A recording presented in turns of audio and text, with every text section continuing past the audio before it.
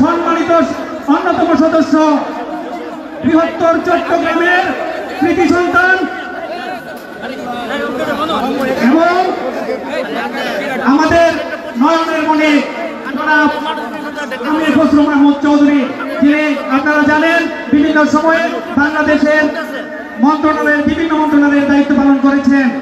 আরো উপবিষ্ট রয়েছেন বিশেষ অতিথি হিসাবে আমাদের কুমিল্লা বিভাগের সাংগঠনিক সম্পাদক, সারা বাংলাদেশের শিক্ষক সমাজের আইকন অধ্যক্ষ সেলিম ভূঁইয়া উপস্থিত রয়েছেন, যিনি ব্রাহ্মণবাড়িয়া জেলা সহ কুমিল্লা বিভাগের প্রত্যেকটা ইউনিটে বিভিন্ন সময় পরিশ্রমের মাধ্যমে সাংগঠনিক তৎপরতা করে সংগঠনকে শক্তিশালী করেছেন সেই আমাদের সাবেক ছাত্রনেতা এবং কুমিল্লা বিভাগের সহ সাংগঠনিক সম্পাদক জনাব মুস্তাক মিয়া ভাই সহ প্রিয় নেতৃবৃন্দ। এখানে আমরা আমাদের মাননীয় প্রধান অতিথির বক্তৃতা শুনতে এসেছি। আমার তেমন কোনো কথা আমি বলবো না, শুধু একটা কথা বলবো, আজকের এই জনসমাবেশ সফল করার জন্য ব্রাহ্মণবাড়িয়া জেলার 14টা ইউনিট থেকে ছাত্রদল, যুবদল, স্বেচ্ছাসেবক দল, কৃষক দল, মহিলা দল, তাঁতি দল, শ্রমিক দল, জাসাস এবং বিএনপির সকল অঙ্গ সহযোগী সংগঠন যারা আছেন, আপনারা এইভাবে একটা মহাজনসভা তৈরি করেছেন। সেই জন্য আপনাদের পক্ষ থেকে মাননীয় প্রধান অতিথিকে ব্রাহ্মণবাড়িয়া আসার জন্য এবং আমাদের সর্বস্তরের জেলা বিএনপির সহ সর্বস্তরের জনগণের পক্ষ থেকে, ব্রাহ্মণবাড়িয়ার জনগণের পক্ষ থেকে মাননীয় প্রধান অতিথিকে আমরা শুভেচ্ছা, সংগ্রামী শুভেচ্ছা এবং ধন্যবাদ জানাই। প্রিয় ভাইরা আমার, কত বছর ভোট দিতে পারেন না? 15 বছর আমরা ভোট দিতে পারি না। আমরা বিএনপির নেতা কর্মী সহ সারা বাংলাদেশের মানুষ অধীর আগ্রহে অপেক্ষা করছি, কবে আমরা ভোট দিতে পারবো, কবে আমরা আমাদের পছন্দের প্রার্থীকে ভোট দিয়ে সংসদে পাঠাতে পারবো, কবে আমরা সরকার গঠন করবো আমাদের নিজেদের পছন্দ মতো, তাই না? সুতরাং এখন নিজেদের মধ্যে বিবাদের কোনো সুযোগ নাই। লক্ষ্য আমাদের একটাই, মানুষের ভোটের অধিকার মানুষকে ফিরিয়ে দেওয়া। লক্ষ্য আমাদের একটাই, আগামী রাষ্ট্রনায়ক জনাব তারেক রহমানকে বাংলাদেশের মাটিতে ফিরিয়ে আনা। লক্ষ্য আমাদের একটাই, আইন শৃঙ্খলা পরিস্থিতি যেটা ভীষণ খারাপ অবস্থায় চলে গেছে, সেটাকে একটা নির্বাচিত সরকারের মাধ্যমে ভালো অবস্থায় নিয়ে আসা। যদি বাংলাদেশ ভালো থাকে, বাংলাদেশের মানুষ ভালো থাকে, তাহলে বিএনপিও ভালো থাকবে। আইন শৃঙ্খলা পরিস্থিতির অবনতি, একটি সুষ্ঠু নির্বাচনের রূপরেখার রোডম্যাপের দাবিতে এবং ফ্যাসিস্ট সরকারের যে প্রেতাত্মারা তাদের বিচারের দাবিতে সারা বাংলাদেশের যে চলমান কর্মসূচি, তারই ধারাবাহিকতায় আজকের ব্রাহ্মণবাড়িয়ার এই সভায় সম্মানিত সভাপতি, ব্রাহ্মণবাড়িয়া জেলা বিএনপির আহ্বায়ক মান্নান ভাই, প্রধান অতিথি হিসেবে উপস্থিত আছেন আমাদের জাতীয় স্থায়ী কমিটির অন্যতম প্রভাবশালী সদস্য, অত্যন্ত সজ্জন ব্যক্তি, যিনি বিগত 16 বছরে এই জাতীয়তাবাদী শক্তির পক্ষে বিভিন্ন জায়গায় আন্দোলন কর্মসূচি করেছেন, কারাবরণ করেছেন। প্রতিটি আন্দোলন কর্মসূচিতে যার উপস্থিত ছিল আমাদের জনাব আমির খসরু মাহমুদ চৌধুরী সহ উপস্থিত মঞ্চ উপবিষ্ট জেলার নেতৃবৃন্দ, বিভিন্ন উপজেলা থেকে আগত আমাদের নেতৃবৃন্দ, ভাই বোনেরা, আসসালামু আলাইকুম। আমি প্রথমেই ধন্যবাদ জানাচ্ছি ব্রাহ্মণবাড়িয়া জেলার 14টি ইউনিট থেকে যারা মিছিল সহ সেই সকাল 11টা থেকে একদমতি উপস্থিত থেকে আজকের এই সভাকে সফল করেছেন, তাদের পক্ষ থেকে ব্রাহ্মণবাড়িয়া জেলা বিএনপির পক্ষ থেকে ধন্যবাদ জানাচ্ছি। আপনারা জানেন 2022 সালে এই ব্রাহ্মণবাড়িয়াতে যখন একটি সভাকে কেন্দ্র করে 144 ধারা জারি হয়েছিল, সেই 144 ধারা ভেদ করে এই জনাব আমির খসরু মাহমুদ সাহেব বলেছিলেন, যতই 144 ধারা হোক, ব্রাহ্মণবাড়িয়াতে জনসভা হবে। উপস্থিতিতে আমরা এই নাটাই উত্তরের ভাটপাড়ায় জনসভা করে 144 ধারা ভঙ্গ করে এই আমির খসরু মাহমুদ ভাইয়ের নেতৃত্বে এই জনসভাকে আমরা সফল করেছিলাম। দুদিনে উনি আমাদের কান্ডার হিসাবে সেদিন আবির্ভূত হয়েছিল। আজকে তখন আমরা অনেক সময় বক্তব্য দিতে পারি নাই, আজকের সুযোগ হয়েছে ব্রাহ্মণবাড়িয়াবাসীর পক্ষ থেকে ওনার প্রতি কৃতজ্ঞতা জানানো। আমি ওনার প্রতি কৃতজ্ঞতা জ্ঞাপন করছি।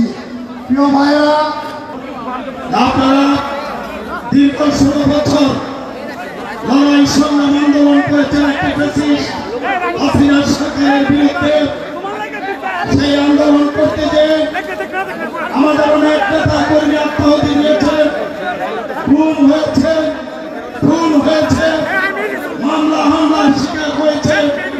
এবং বিশেষ করে ব্রাহ্মণবাড়িয়ায় আমরা দেখেছি যে আপাতত সেই মামলাকে কেন্দ্র করে আমাদের এই ব্রাহ্মণবাড়িয়ার অনেক নেতা কর্মী জেল খেটেছেন, ঘর ছাড়া হয়েছে, বাড়ি ছাড়া হয়েছে। আজকে এই নির্যাতন সহ্য করেছেন একটা লক্ষ্য নিয়ে, সেটা হলো বাংলাদেশ গণতন্ত্র প্রতিষ্ঠা। সেই গণতন্ত্র প্রতিষ্ঠার আন্দোলনে এই ব্রাহ্মণবাড়িয়া জেলার প্রতিটি নেতা কর্মী রাজপথে ছিলেন।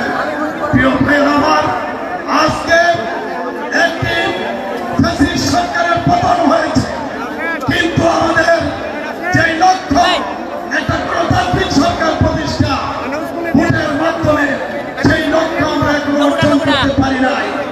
তাই প্রিয় ভাইয়েরা আমার, আজকে আপনারা 16 বছর যেমনিভাবে ঐক্যবদ্ধ থেকে আমাদের প্রিয় নেতা তারেক রহমানের নির্দেশে সেই আন্দোলন লড়াই সংগ্রাম করেছেন, যতদিন পর্যন্ত আমরা সেই চূড়ান্ত লক্ষ্য একটি নির্বাচিত সরকার প্রতিষ্ঠা না করব, আমাদেরকে প্রত্যেকে ঐক্যবদ্ধভাবে রাজপথে থাকতে হবে। এই সরকার যেই কথাটি এখানে আসছে, অন্তর্বর্তীকালীন সরকার, এই সরকারকে সব রকমের সাহায্য করার জন্য আমাদের নেতা তারেক রহমান নির্দেশ দিয়েছেন এবং সেই জন্য আমরা এই সরকারকে সহযোগিতা করে আছি। এদেশের জনগণ ছাত্র জনতার আন্দোলনে আজকে রাস্তায় নেমে এসেছিল। কেন নেমে এসেছিল? তারা চেয়েছিল তাদের ভোট যাতে তারা দিতে পারে, তাদের অধিকার যাতে তারা রক্ষা করতে পারে, সেই জন্য তারা সেটা চেয়েছিল। কিন্তু আজকে দীর্ঘ 6 মাস অতিবাহিত হল, এই সরকার সেই কার্যকর কোনো পদক্ষেপ নির্বাচনের জন্য নিতে পারে। তারা সংস্কারের কথা বলছেন, কিন্তু আমাদের নেতা তারেক রহমান সাহেব 31 দফা সংস্কারের কথা বলেছেন এবং সেগুলি আমরা প্রতিটি নেতা কর্মীরা বাড়িতে বাড়িতে এই দেশের জনগণের পৌঁছে দিয়েছি। সেখানে কথা বলা আছে, সংস্কারের কথা বলা আছে, সাহিত্য শিল্প থেকে আরম্ভ করে শিক্ষা সংস্কৃতি থেকে আরম্ভ করে জনপ্রশাসন সব কিছুর উপর এখানে আপনার এই গণতন্ত্রের যে কি সংস্কার করা প্রয়োজন সব কিছু উল্লেখ করা আছে। সুতরাং নির্বাচিত প্রতিনিধিরা এসে সংস্কার করবে। এই সরকারের কিন্তু সাংবিধানিক সংস্কারের কোনো ক্ষমতা নাই। একটি অক্ষর সংবিধানের পরিবর্তন করার ক্ষমতা এই অন্তর্বর্তী। সুতরাং যতটুকু প্রয়োজন একটা সুসংবাদ নিরপেক্ষ সরকারের জন্য, নিরপেক্ষ নির্বাচনের জন্য যতটুকু প্রয়োজন ততটুকু সংস্কার করা প্রয়োজন এবং সেটুকু অনলাইন তারা যেটা ভোটার তালিকা করার জন্য প্রয়োজন ছিল সেটা অনলাইন তারা অনেকটাই করে ফেলেছে। সুতরাং ভোটার তালিকায় আমরা চাই নির্বাচন। আমাদের দল থেকে আগস্ট মাসে নির্বাচনের কথা বলা হয়েছে, কিন্তু আমাদের 3 জন শীর্ষ সরকারকে নিয়ে এই সরকারের প্রধান করেছে আগামী ডিসেম্বরের মধ্যেই নির্বাচন সম্ভব। আজকে এই মহান সমাবেশে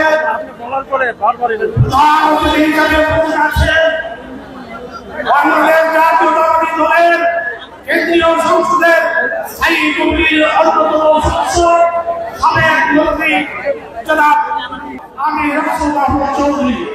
আমি প্রথমে শ্রদ্ধার সাথে স্মরণ করতে চাই, আজকে দীর্ঘ 53 বছর পর যে আন্দোলন সংগ্রামের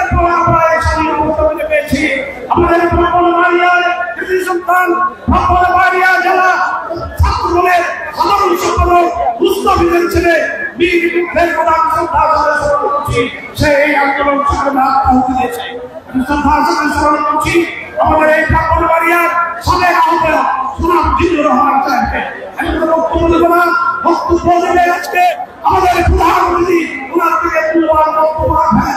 আমি আমরা প্রধানমন্ত্রীর সামনে বলতে চাই এই ঠাকুরবাড়িয়ার এই ছাত্র জনতা ঠাকুরবাড়িয়ার প্রতিটি নেতা কর্মী নির্যাতিত নিপীড়িত তাদের বিরুদ্ধে হাজার হাজার বক্তব্য তারা দীর্ঘদিন কারারুদ্ধ করে কারাবরণ করে এই আওয়ামী লীগ সরকারের অধীনে যারা নির্যাতিত নিপীড়ন করেছে বুক করে ঠাকুরবাড়িয়া আন্দোলন সরকারকে সমর্থন করেছে। সেই আন্দোলনের মাধ্যমে শেখ হাসিনার পতন হয়েছে। আজকের সভার বিষয়বস্তু দ্রব্যমূল্য, আইন শৃঙ্খলা সহ নির্বাচনী রোডম্যাপ। এর মধ্যে প্রথম দুটার ব্যাপারে আমি শুরুতে বলে দিই, আইন শৃঙ্খলা এবং দ্রব্যমূল্য। আমি বর্তমান অন্তর্বর্তী সরকারের কাছ থেকে আমার বিশেষ কোনো প্রত্যাশা নাই। আপনারা জিজ্ঞেস করতে পারেন কেন আমার প্রত্যাশা নাই? আমার প্রত্যাশা নাই এই কারণে, দ্রব্যমূল্য, আইন শৃঙ্খলা এগুলো নিয়ন্ত্রণে আনতে হলে আপনাকে জনগণের সমর্থিত, আপনাদের জনগণের কাছে দায়বদ্ধ, জনগণের কাছে জবাবদিহি, রাজনৈতিক ওয়েট ছাড়া এইসব একটি এই ধরনের সরকারের পক্ষে সমাধান করা সম্ভব না।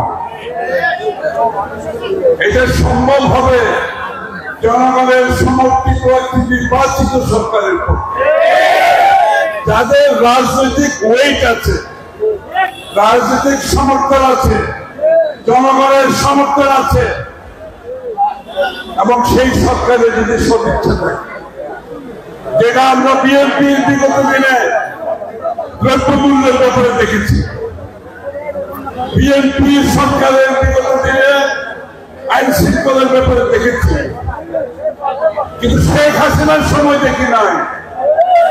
কেন দেখি নাই? শেখ হাসিনা নির্বাচিত ছিল না, সেই কারণে শেখ হাসিনার সময় দ্রব্যমূল্য নিয়ন্ত্রণের বাইরে চলে গেছে। আইন শৃঙ্খলা বলতে তার কিছু ছিল না, এটা বলার দরকার নেই। খুন, গুম, হত্যা, মিথ্যা মামলা এগুলো তো অব্যাহত ছিল।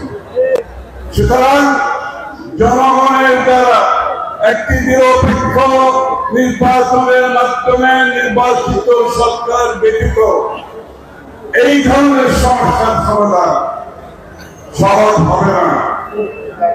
যেই সরকার জনগণের কাছে দায়বদ্ধ থাকবে না, জনগণের কাছে জবাবদিহি থাকবে না, যেই সরকারের এমপি মন্ত্রীরা, সেই দলের নেতা কর্মীরা প্রতিদিন প্রতিনিয়ত জনগণের কাছে জবাবদিহি থাকতে হবে।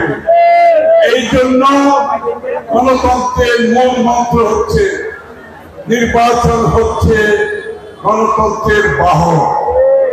নির্বাচনের মাধ্যমে জনগণের সরকার প্রতিষ্ঠিত হলে আপনারা দেখবেন এই ধরনের সমস্যা, আইন শৃঙ্খলা, দ্রব্যমূল্য ক্রমান্বয়ে একটা সহিষ্ণু অবস্থায় ফিরে আসতে হবে। আমার দ্বিতীয় বিষয় হচ্ছে নির্বাচনের রোডম্যাপ। আমি সেই কোথায়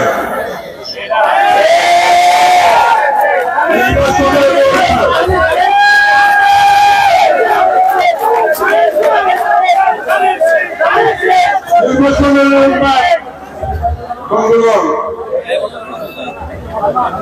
আমরা গত 16 বছর ধরে আমাদের নেতা কর্মীরা, বিএনপির নেতা কর্মীরা বিগত 16 বছর ধরে গুমের শিকার হয়েছে, খুনের শিকার হয়েছে, 60 লক্ষ 70 লক্ষ প্রায় মিথ্যা মামলার শিকার হয়েছে, পুলিশের হেফাজতে মৃত্যুবরণ করেছে, জেলখানায় বিনা চিকিৎসায় মৃত্যুবরণ করেছে। আমরা যখন জেলখানায় আমাদের উপস্থিতিতে বিএনপির নেতা কর্মীরা চিকিৎসার অভাবে মৃত্যুবরণ করেছে, দেশনেত্রী বেগম খালেদা জিয়াকে চিকিৎসা না দিয়ে মৃত্যুর মুখে ঠেলে দিয়েছে। আমাদের নেতা কর্মীরা চাকরি হারিয়েছে, তাদের ব্যবসা হারিয়েছে, বাড়িতে থাকতে পারে নাই, ধান খেতে থেকেছে, বেদিবাদে থেকেছে, পালিয়ে বেরিয়েছে। কি জন্য? বাংলাদেশে একটি গণতান্ত্রিক অর্ডার ফিরিয়ে আনার জন্য, বাংলাদেশের জনগণের সব অধিকার ফিরিয়ে আনার জন্য, বাংলাদেশের জনগণের মালিকানা ফিরিয়ে আনার জন্য আজকে এই যে জুলাই আগস্টে আন্দোলনের কথা বলা হচ্ছে, জুলাই আগস্টে যারা সংগ্রাম করেছে, আন্দোলন করেছে, তাদের প্রতি আমার শ্রদ্ধা থাকলো।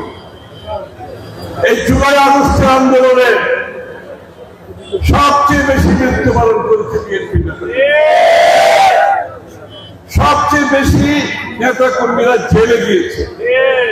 আমি যখন জেলে শেখ হাসিনার পতনের সময়, তখনও ৫-৭ হাজার শুধুমাত্র ওই কেরানীগঞ্জের জেলে। আমি যখন জেলের ভিতরে, তখন ওখানে ৫-৭ হাজার বিএনপি নেতা কর্মী, সবচেয়ে বেশি জেলে গেছে বিএনপি নেতা কর্মী, সবচেয়ে বেশি পঙ্গু হয়েছে। এই জুলাই আগস্টের কথা বলছি আমি, 16 বছরটা তো বললাম, কিন্তু জুলাই আগস্টের হিসাব দরকার। সবচেয়ে বেশি পঙ্গু হয়েছে বিএনপি নেতা কর্মী। এখনো সংখ্যার দিক থেকে হাসপাতালে আছে সবচেয়ে বেশি বিএনপি নেতা। সুতরাং এই জন্য বলছি জুলাই আগস্টের কথা। যারা 16 বছরে এই ত্যাগকে অস্বীকার করে, যে ত্যাগের মাধ্যমে এই বিএনপির নেতা কর্মীরা জোরে পুরে খাঁটি সোনায় পরিণত হয়েছে, আর জুলাই আগস্টের 36 দিনের আন্দোলনে সেখানেও সবচেয়ে বেশি ত্যাগ স্বীকার করেছে বিএনপির নেতা। এই কথাটা আলাদাভাবে আমি বলতাম না। কেন বলছি? কারণ তারেক রহমান সাহেব পরিষ্কার ভাবে বলেছে, শেখ হাসিনার পতনের পিছনে আমরা সবাই মিলে ঐক্যবদ্ধভাবে সেটা করেছি। কিন্তু আমার নতুন বয়ান, কিছু কিছু যখন নতুন বয়ান সৃষ্টি হয়, ওই বয়ান কি বলে? ওই 16 বছরের কথা নাই, আর ওই বয়ানে 36 দিনের বিএনপির নেতা কর্মীদের অবদানের কোনো কথা নাই। ওই বয়ানে কিছু ছাত্র নেতা কথাবার্তায় মনে হয় তারা পুরো আন্দোলনটাকে হাইজ্যাক করে দিয়ে গেছে। কিন্তু আমরা তো হাইজ্যাক করতে চাই না। সবচেয়ে বেশি অবদান বিএনপি থাকা সত্ত্বেও দেশনেত্রী বেগম খালেদা জিয়ার চেয়ে বড় অংশগ্রহণ কেউ করে নাই। তারেক রহমান থেকে বেশি অবদান কাজ রয়েছে, তিনি সমস্ত বাংলাদেশকে একত্রিত করে এই আন্দোলনকে সফল পরিণতির মাধ্যমে শেখ হাসিনার বিএনপির নেতা কর্মীদের কথা বললাম। কিন্তু আমরা তো এই আন্দোলনকে হাইজ্যাক করতে চাই না। আমরা এখনো বলছি এই আন্দোলনের সফলতা বাংলাদেশের মানুষের, এই আন্দোলনে অবদান বাংলাদেশের মানুষের অবদান। এই আন্দোলনের কারণ ছিল একটি গণতান্ত্রিক অর্ডার বাংলাদেশে ফিরিয়ে আনবে। আজকে সেই মুহূর্তে আমরা দাঁড়িয়ে আছি, সেই মুহূর্তের সম্মুখীন হয়েছি, কিন্তু আমরা যা দেখতে পাচ্ছি সেটা ভালো লক্ষণ নয়। ওই যারা আন্দোলনকে হাইজ্যাক করেছে তাদের সাথে আবার কিছু লোকজন যারা আগামী নির্বাচনে জনগণের উপর রাস্তা রাখতে পারছে, জনগণের উপর বিশ্বাস রাখতে পারছেন, আসলে কতটুকু গণতন্ত্রে বিশ্বাস করে সেটাও সন্দেহজনক। এবং তাদের সাথে সাথে আজকে যেটা সরকার আছে সেটা আমাদের সকলের সমর্থন পুষ্ট সরকার। আমরা সবাই মিলে এই অভ্যন্তরীণ এই আন্তর্বর্তীকালীন সময়ে আমরা এই সরকার গঠনকে সমর্থন দিয়েছি, যাতে করে স্বৈরাচার ফ্যাসিস্টের পতনের পরে বাংলাদেশে গণতান্ত্রিক অর্ডার ফিরিয়ে আসার জন্য একটি সাময়িক সরকার দরকার, যারা এই প্রক্রিয়াকে ত্বরান্বিত করে একটি সুষ্ঠু নির্বাচনের মাধ্যমে শান্তিপূর্ণভাবে আগামী দিনের নির্বাচিত সরকারের হাতে ক্ষমতা তুলে দেবে। কিন্তু সেইখানে এই সরকারের মধ্যে জনগণ যদি তাদের কার্যক্রমে তাদের নিরপেক্ষতার বিষয়ে জনগণের মনে যদি কোনো সন্দেহের উদ্রেক ঘটে, সেই দায়িত্ব তাদেরকে দিতে হবে। জনগণ যদি তাদের উপর আস্থা হারিয়ে ফেলে, সেই দায়িত্ব তাদেরকে নিতে হবে। জনগণ যদি তাদের উপর বিশ্বাস হারিয়ে ফেলে, সেই দায়িত্ব তাদেরকে নিতে হবে। সুতরাং আমরা এখনো ঐক্যবদ্ধভাবে জাতি হিসাবে এই গণতন্ত্রের উত্তরণের যে প্রক্রিয়া, তার মাধ্যমে বাংলাদেশের জনগণের মালিকানা জনগণকে ফিরিয়ে দেওয়ার জন্য ঐক্যবদ্ধভাবে চেষ্টা করতে হবে। আর ইতিমধ্যে পথিমধ্যে যদি কোনো বাধা সৃষ্টি হয়, এই যে বিএনপির নেতা কর্মীরা যারা জোরে করে থাকি শোনা হয়েছে, তারা কিন্তু কেউ বাড়ি ফিরে যায়নি, ঠিক আছে? কেউ বাড়ি ফিরে যায় না।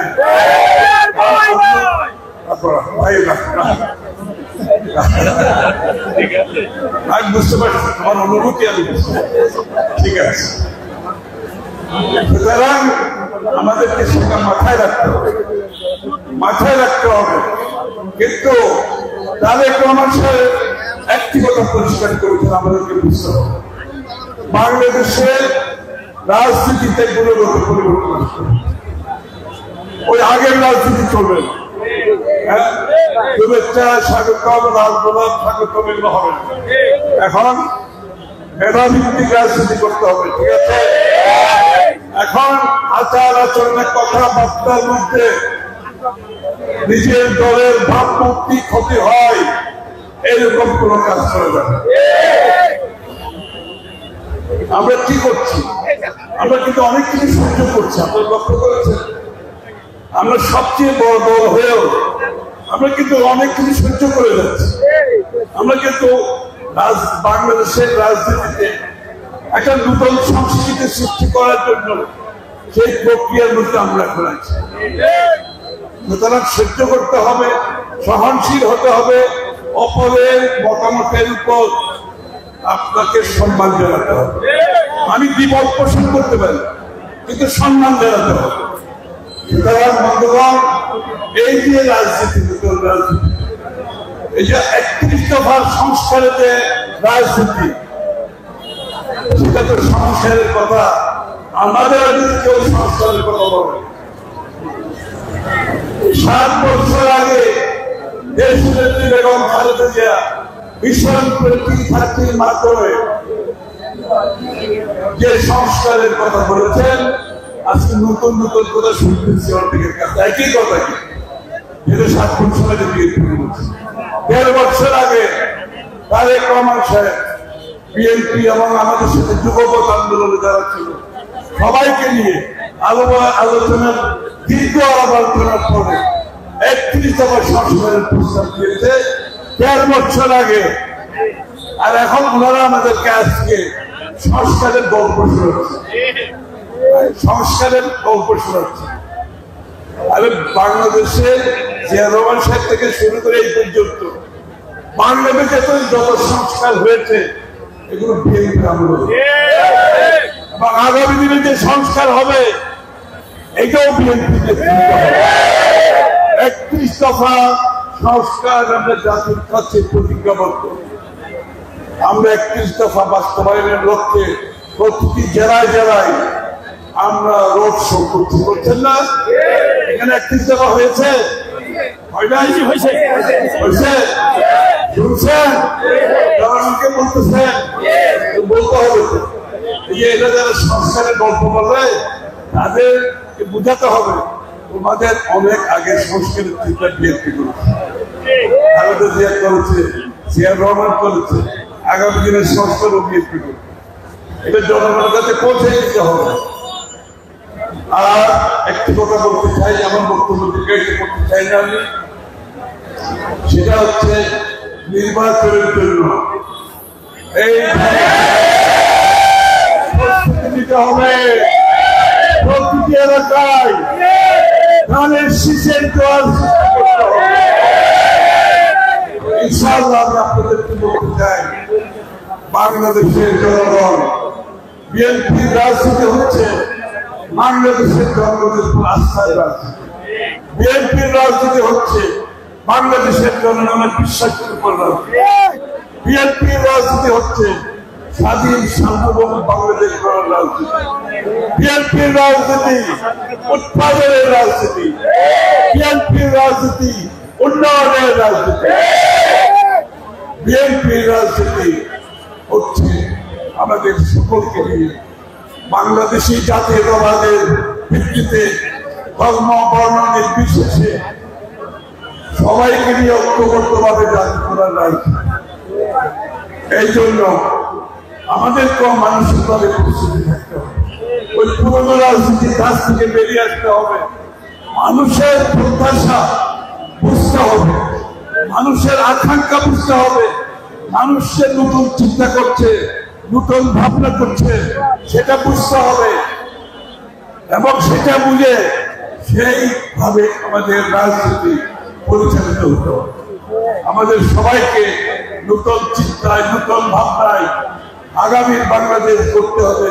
বিএনপির রাজনীতিকে সেদিকে নিয়ে যেতে হবে, যেটা তারেক রহমান সাহেব প্রতিনিয়ত বলেছে, প্রতিনিয়ত বলে চলছে। আমাদেরকে সেভাবে চলতে হবে।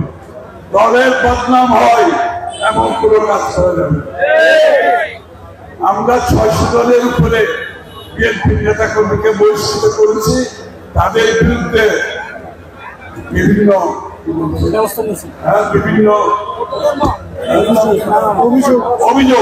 অভিযোগের কারণে অনেকে প্রমাণও হয় না, কিন্তু এই জন্য করা হচ্ছে জনগণ যাতে আস্থা পায় বিএনপি ক্ষমতায় আসলে এইগুলো চলবে, এগুলো এখনো চলবে। এবং যারা এইসবে জড়িত থাকবে তাদেরকে দল থেকে শুধু বের করা যাবে না, আগামী দিনে বিএনপি ক্ষমতায় আসলে তাদেরকে জেলে পাঠিয়ে দেওয়া হবে। এখানে কোনো কম্প্রোমাইজ নেই। আগামী দিনের রাজনীতির স্বার্থ জনগণের সমর্থন পুষ্ট, জনগণের আকাঙ্ক্ষা পূরণের রাজনীতি করতে হবে। পকেট করার রাজনীতি বিএনপিতে করা চলবে। আমরা মানুষকে দিকে রাজনীতি করতে আসছি, নেওয়ার জন্য না।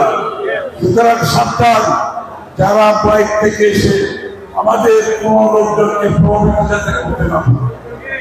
ইনশাআল্লাহ আমরা যদি সেটা করতে পারি, আগামী বাংলাদেশ জিয়াউর রহমানের স্বপ্নের বাংলাদেশ, বেগম জিয়ার বাংলাদেশ, তারেক রহমানের বাংলাদেশ আমরা করতে পারবো। সবাইকে ধন্যবাদ।